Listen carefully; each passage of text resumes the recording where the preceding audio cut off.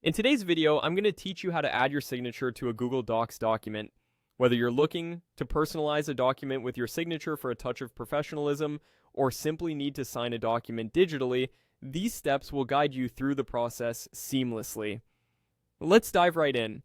First, you'll want to open your web browser and head over to docs.google.com.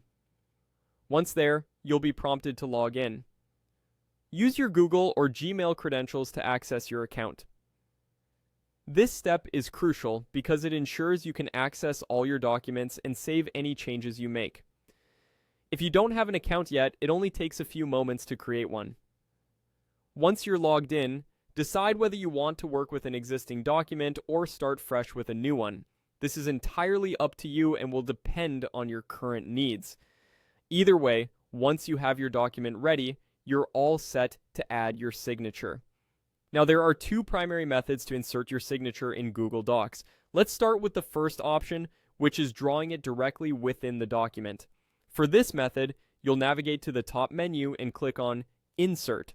From there, select Drawing and then New. This action will open a new drawing window where you're granted the freedom to create. In this new drawing window, you will need to find the Line section. Click there and choose Scribble. This tool allows you to draw with your mouse or trackpad as if you were using a pen. Go ahead, draw your signature to your liking. Don't worry if it's not perfect on the first try. You can always redo it until you're satisfied with the result. Additionally, you can change the color and thickness of your signature line to suit your style or preferences. Once you're pleased with how it looks, simply hit Save and Close. Back in your document, you'll see your newly created signature. If you need to adjust its size or position, click on the signature and drag the endpoints to resize or reposition it until it sits just right on your page.